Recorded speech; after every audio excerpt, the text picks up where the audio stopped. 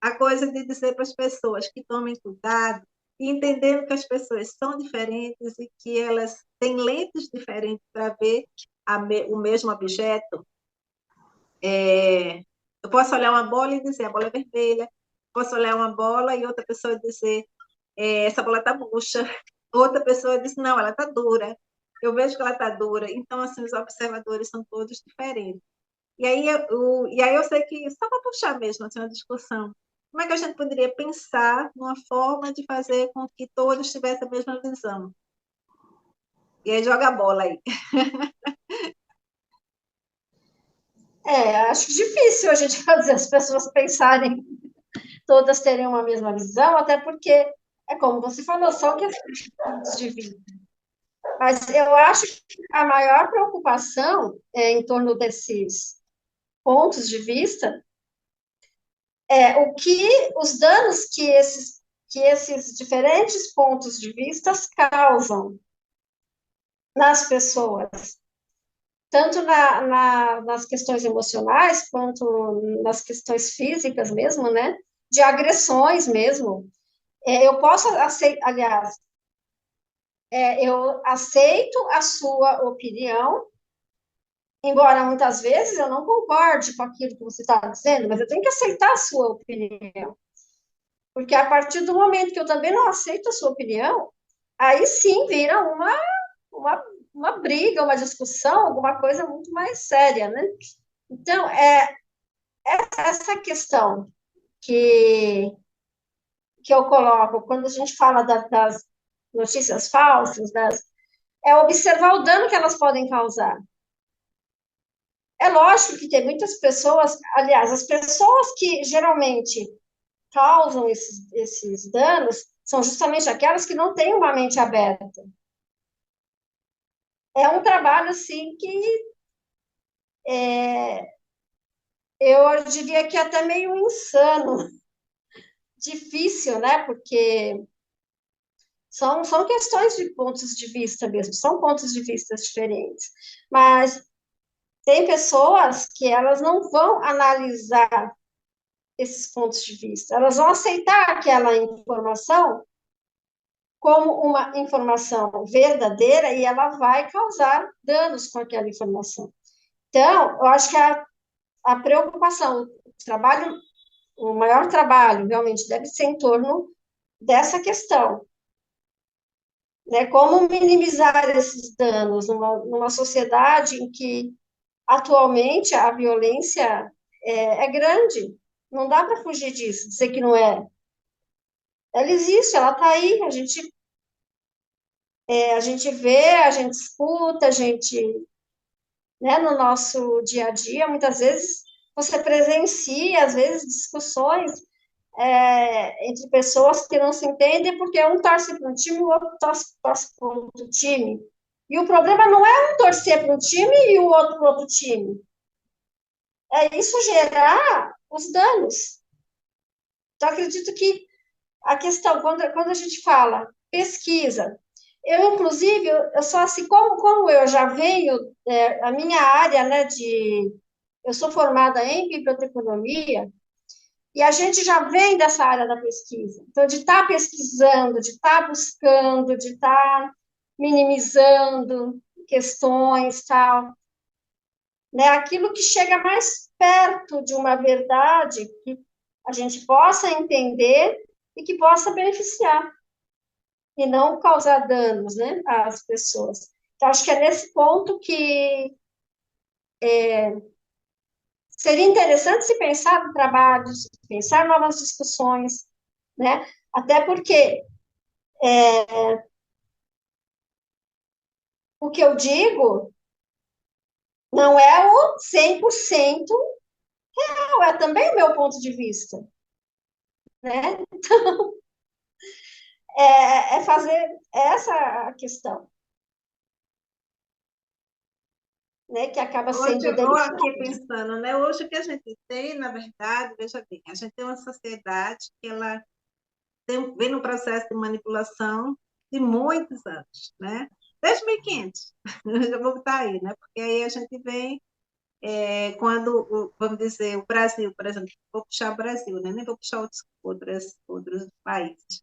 Mas o Brasil, ele já começa a ser manipulado quando ele é tirado a força e da nação que fazia parte daqui, né, que é a nação indígena, tira ela do campo e diz que eles que descobriram tudo. Tem uma criancinha muito engraçada que, quando pergunta assim, quem descobriu o Brasil, as crianças dizem os indígenas. Né? E a menina diz, eu estudo. Não sei se você já viu essa cena dessa menininha. Mas por quê? Porque aí a gente já começa esse processo, né? E eu estudei quando era criança e também muitas vezes me passava uma imagem muito estranha dos índios, né? Como se não fossem iguais a mim. E por quê? Porque isso é um processo de fazer com que a gente ache a própria escola, né? A religião, a escola e os campos aí, família também, né? Era uma visão que tendia a ser única, né? E uma coisa que eu acho muito interessante hoje, e mesmo que a gente diga é muito conflito, é muito legal ver esses conflitos, porque eles estão dentro do que a gente vai chamar do processo democrático, quando a gente pode ver as várias falas, né? E muitas dessas falas se fazer presente, mesmo que outra vez fechar ela. Mas num outro processo, a gente não podia fazer isso, a gente tinha que ouvir e entender, é isso, né? O cachorro está latindo aqui. E aí, mesmo que a gente diz assim, as dificuldades, né? Essas coisas que estão acontecendo, os conflitos, ele traz uma coisa interessante, que é essa oportunidade de crescimento para todo mundo, né? De se olhar novamente, e aí para ampliar essas mentes. E aí, puxando esse assunto, quando eu vejo assim, o que seria interessante? Eu acho que a gente tem um caminho mais fácil, vamos dizer assim, que é a escola, as novas gerações, né? E elas vão ganhar isso porque a força da internet, com todos esses conflitos, ela permite esse ampliamento, né? Por exemplo, vou dar um exemplo, uma menina mesmo, filha de uma amiga minha, que é de uma religião X, que é evangélica, estudou no colégio, que é um colégio normal, e tinha a festinha do Halloween. E mandaram para casa todas as cartinhas para as mães, dizendo que as filhas tinham que ir vestidinhas de festinha de Halloween. E a religião específica dessa colega minha não permite, não aceita Halloween.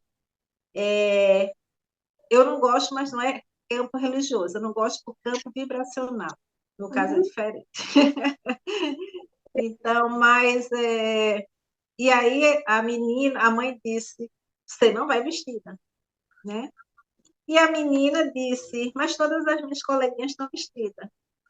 Eu quero ir vestida, porque eu vou ficar diferente, né? Então, veja, a gente tem um conflito, que é um conflito onde uma esfera diz, tem que ser assim, né? E aí você ainda tem dificuldade de ser verdadeiramente quem você é, né? Porque a menina diz, sei lá, a minha religião não quer que eu faça isso, mas onde eu estou, todo mundo vai vestido de bruxa, porque eu não posso ir, né?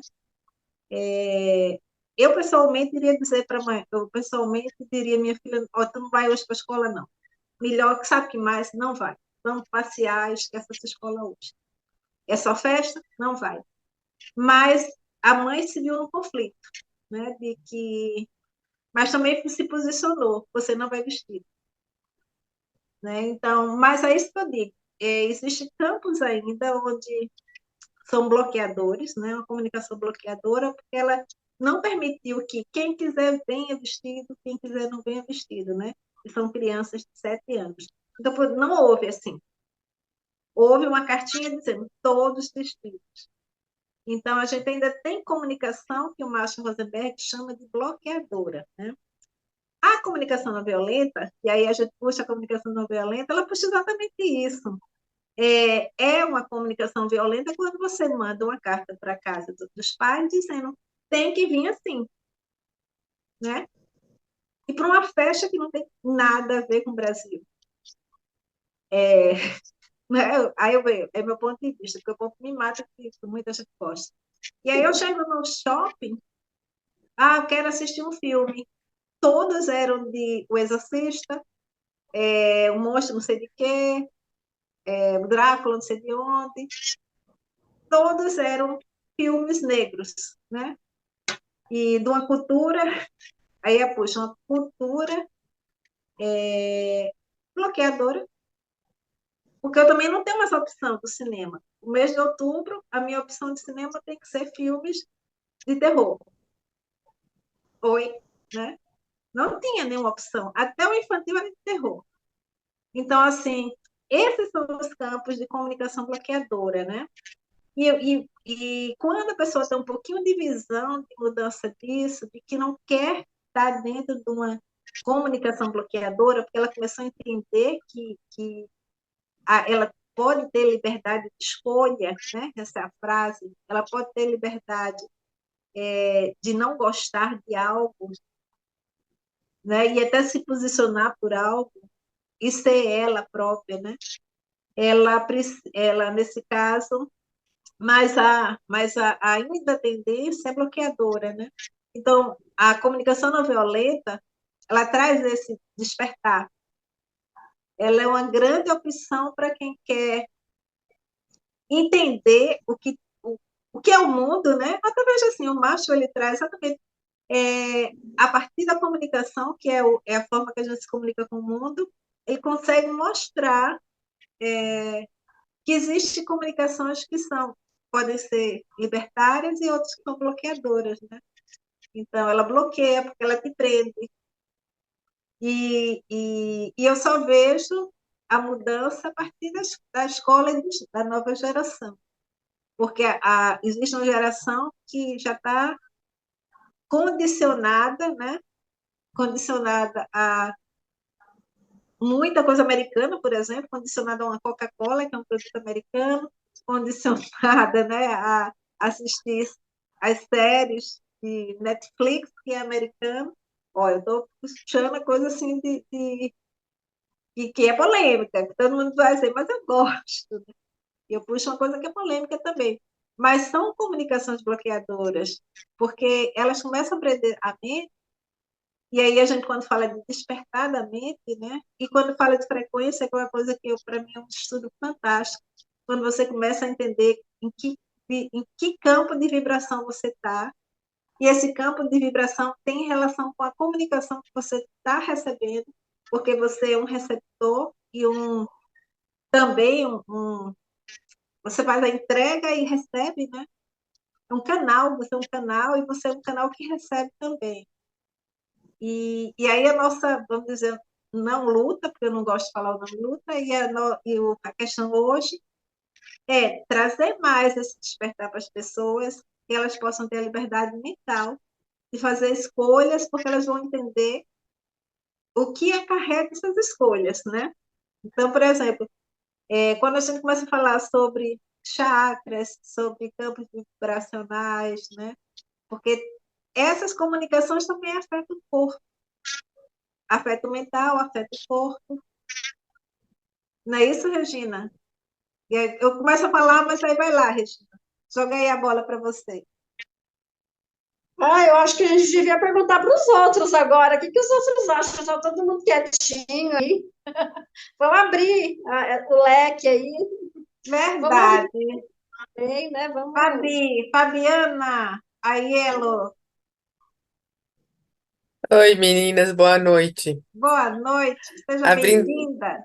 obrigada. Abrindo a câmera aqui agora, eu tava meio indisponível ali para vir pro cantinho para poder até participar e, e comentar aqui com vocês. A questão da comunicação não violenta, ela tem chamado muito a minha atenção. Começou com a Sandra ali colocando e eu tenho me interessado muito, tenho olhado um pouco, sei muito pouco. Mas hoje, com pouco que eu estou entendendo, e buscando colocar na prática na minha vida, é todo esse processo de tudo que foi colocado aqui até agora, como que a gente faz para acabar com isso? No meu ponto de vista, é um processo que vai ser muito lento e que tem que começar por cada uma de nós. E a gente vai tomando a consciência, porque na verdade, no meu ponto de vista, isso tinha que ser a principal matéria na escola, desde os pequenininhos, porque isso faz toda a diferença, isso faz com que a gente comece a desenvolver o nosso entendimento do que é emoção e sentimento. Existe por trás disso uma emoção e um sentimento dessa pessoa que conscientemente está fazendo isso, porque ela sabe o que ela está fazendo. Então, assim, eu acho que tem tudo a ver a comunicação não violenta, que é muito profundo, muito mais profundo o estudo, o entendimento e a gente trazer para a vida da gente, para a gente, aqui nós estamos em 5, para a gente começar a dar pequenos passos dentro da nossa casa, na nossa convivência familiar, com os nossos filhos, maridos, com os nossos pais, amigos, porque é muito do respeitar a opinião do outro, o ponto de vista do outro, por isso que não existe certo e errado. Existem algumas regras a serem seguidas, por exemplo, no país em que nós vivemos, que é diferente de outro. Mas se eu estou aqui, se eu sou brasileira, eu nasci no Brasil, existem regras que eu tenho que respeitar. A partir do momento que eu não respeito, eu vou colher os frutos dessa minha falta de respeito pelas regras. Então, assim, é muito, é coisa que se a gente for, se a gente quiser, a gente vai se prolongar conversando e quem sabe, né? Eu acho que esse assunto começa, a quem vai procurar, começa a despertar, é um pontinho que desperta a atenção do outro, né? Até mesmo a nossa colocação no dia a dia. Eu passei esse final de semana mesmo uma experiência que eu tentei levar isso na minha relação com a minha mãe, porque eu entendi o que estava fazendo mal na minha relação com o meu marido. Hoje eu coloquei para o meu filho pequenas situações corriqueiras do dia a dia. Eu acho que é aí que começa. É um caminho longo aí, mas a gente é o comecinho aí dessa história.